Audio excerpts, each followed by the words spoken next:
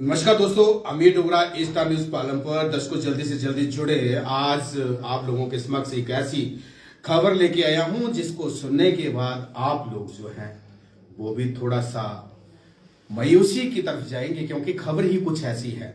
कहते हैं बेटी कोमल है कमजोर नहीं। आज हमारे प्रदेश की बेटियां जो कोमल है वो कमजोर भी बनाई जा रही है। समाज के अंदर इस प्रकार की घटना हो रही है जिससे कि हमारा हृदय जो वो कांप जाता है कि आखिर कब तक हम लोग इन दौर से गुजरते रहेंगे। मैं बात करना चाहता हूं अपना धर्मशाला विधानसभा क्षेत्र के अंतर्गत अभी कुछ दिन पहले की बात है। 26 तारीख को एक लाडली बिटिया जिसका नाम पल्लवी था, अब इस दुनिया को अलविदा कह चुकी है। काफी ज्यादा चैनल में ये बात चली, सोशल मीडिया पे ये बातें निकली है कि ये घटना जो घटी है उस घटना ने हर किसी का दिल जो है दहल उठा कि आखिर एक 19 साल की लाडली इस दुनिया को अलविदा क्यों कह गई। बहुत सवाल खड़े होते हैं, बहुत कुछ जो है वो मन में विचार आते हैं। और आज हम उनके परिवार के साथ आए हैं। उनके परिवार में उनके पिता विक्रम और उनकी माता रितु है जो कि आज हमारे साथ है। उनसे भी बात करेंगे, उनसे पूछेंगे। कहते हैं कि पैदा तो हम बेटे करते हैं मगर पैदा लड़कियां हो जाती है। पढ़ाते तो हम लड़कों को है मगर पढ़ लड़कियां जाती है। लाड़ तो हम लड़कों से लगाते हैं मगर लाडली लड़कियां हो जाती है। आज हमारे देश की लड़कियां ऊंचे स्थानों पे बैठी हुई है, लाडलियां हैं, मगर कुछ एक सामाजिक असामाजिक तत्व जो है इन बेटियों का जो शोषण कर रहे हैं वो बहुत दुखद बात है। तो ये घटना जो घटी है जिसमें कि कॉलेज में, डिग्री कॉलेज धर्मशाला के कॉलेज में वो अध्ययन करती थी और उसके बावजूद उसके साथ जो घटना घटी, कई प्रकार के आरोप लगे हैं। कुछ एक असिस्टेंट प्रोफेसर के ऊपर आरोप लगे हैं, 4 लड़कियों के ऊपर आरोप लगे हैं। वो भी वीडियो आप लोगों ने देखी है। आज हम बात करेंगे उनके पिता विक्रम जी से। विक्रम जी, ये जो घटना घटी है काफी दुखद घटना है, मगर इस घटना के बीच में कई पहलू जो है वो सामने निकल के आ रहे हैं। आप मुझे ये बताइए कि क्या प्रशासन जो हमारा धर्मशाला का प्रशासन है उसकी तरफ से अभी तक आपको 26 तरह की घटना और आज 4 तारीख हो चुकी है, क्या आश्वासन मिला, क्या कार्रवाई हुई अभी तक? पुलिस आई थी, पुलिस अपनी कार्रवाई कर रही है जी। पुलिस अपनी कार्रवाई कर रही है जी। पूरा अपना जैसे मैं बोला कि सख्त से सख्त कार्रवाई करेंगे और बोला देखो क्या बनता है, क्या करती है अपनी। देखो, जो लोगों के अभी कई प्रकार के विचार आते हैं, कई प्रकार की लोग बातें करते हैं, मगर ये जो आपकी लाडली थी, क्यों जो अब पता चला है कि ये पढ़ाई के साथ साथ में और खेल कूद प्रतियोगिता थी उसमें भी काफ़ी ज़्यादा बढ़ चढ़ कर हिस्सा लेती थी, डांस में, और उसके बाद जूडो कराटे का भी काफ़ी मार्शल हारसत थी। इसके अंदर कला थी जूडो कराटे, क्योंकि स्वयं आप एक जूडो कराटे के जो है ज्ञाता है, बच्चों को सिखाते हैं और अपनी बिटिया को ही आपने ये ट्रेनिंग दी हुई थी। इसके साथ साथ में वो कला के उसमें भी काफ़ी ज़्यादा निपुण थी, काफ़ी अच्छी पेंटिंग वगैरह करती थी।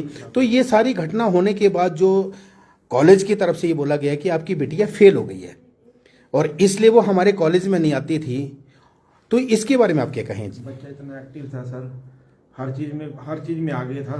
किस चीज़ की वो ऐसे लगता नहीं था कि इसको ऐसे हो जाएगा।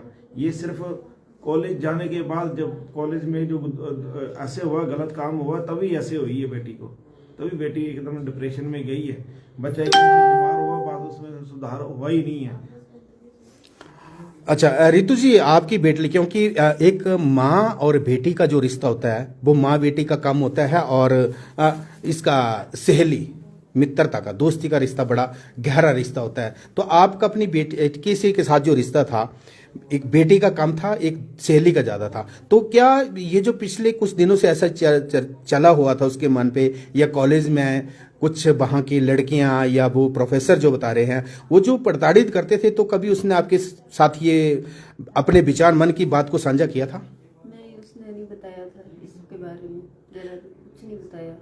बस घुटती थी सर, अंदर घुटती। जब भी इसको पूछना रो पड़ती थी, रो पड़ना, अंदर ही रहना, उसको पूछना भी, फिर भी उसने बताना नहीं। जब भी इसको पूछते थे रोती थी, वो रोती रहती थी। मैंने बोला बेटा बता दो। तो जब उसके बाल काटने की बात आई है, जब उसके बाल कटे, आप लोगों ने के बाल काट दिए थे, तो क्या आपने पूछा नहीं कि बिटिया तेरे बालों को किसने काटा या क्यों काटा? हमने पूछा उसको, बोलती है कि मैंने खुद काट लिए हैं, पता नहीं वो डर रही थी कि क्या। डर रही थी नहीं, लड़की का उसने नाम बताया नहीं हमें, उस वक्त नहीं बताया। बाद में जब बीमार हुई है तब उसने बताया कि मेरे बाल काटे, बाथरूम में जाके काटे लड़कियों ने मेरे बाल। तो क्या आप प्रशासन से क्या अपील करना चाहेंगे? यही अपील करना चाहती हूँ कि मेरी बच्ची को इंसाफ मिले, बस। और मैं कुछ नहीं चाहती कि किसी और बच्चे के साथ ऐसा कुछ भी ना हो, और ना ही कोई माँ बाप ऐसे तड़पे। जी विक्रम जी, आप क्या कहेंगे? प्रशासन क्या आज दिन तक जो प्रशासन या पुलिस जो अपनी जांच कर रही है उससे आप अभी तक खुश हैं? क्या आप सेटिस्फाई हैं या अभी कुछ आपको लग रहा है? सर मेरे बच्चे को इंसाफ मिलना चाहिए, सख्त से सख्त कार्रवाई होनी चाहिए। बिल्कुल सर, जैसे मेरे बच्चे के साथ हुआ ऐसे किसी और बच्चों के साथ ना, और बेटी ना ऐसे किसी और बेटी के साथ ऐसे ना हो। तो दर्शकों ये देखिए, ये इनके चेहरे जो है, इनका जो आंखें झुकी हुई आंखें खुद बयां कर रही है कि ऐसा और कोई और किसी के घर की पलवी जो है वो इस दुनिया को अलविदा कह के न जाए। पहले शिमला की बात करें तो निर्भया कांड, उसके बाद अगर हम क्षमा करें दिल्ली का निर्भया कांड हुआ था, उसके बाद शिमला का गुड़िया कांड, अब तीसरा ये धर्मशाला में हो गया। आखिर हमारी बेटियां कब तक ये सहन करती रहेगी? तो हमारा प्रशासन से जो है अपील रहेगी कि इसके ऊपर जो है वो अपना संज्ञान ले, ताकि कोई और जो गुड़िया है और जो कोई बेटी है वो काल का ग्रास ना बने। तो ये एक जो घटना थी वो बहुत अत्यंत दुखद घटना है, और हमारी भी पुलिस प्रशासन से अपील रहेगी कि इस बिटिया को 19 साल की लाडली को जो है वो न्याय मिले, ताकि जो दोषी चाहे कोई भी है, चाहे वो लड़का है, लड़की है या कोई स्कूल के अध्यापक है, जो भी दोषी हो गए उनके ऊपर जो है कार्रवाई की जाए और सच जो वो जनता के सामने लाया जाए। ए स्टार न्यूज देखने वाले सभी दर्शकों का बहुत बहुत धन्यवाद।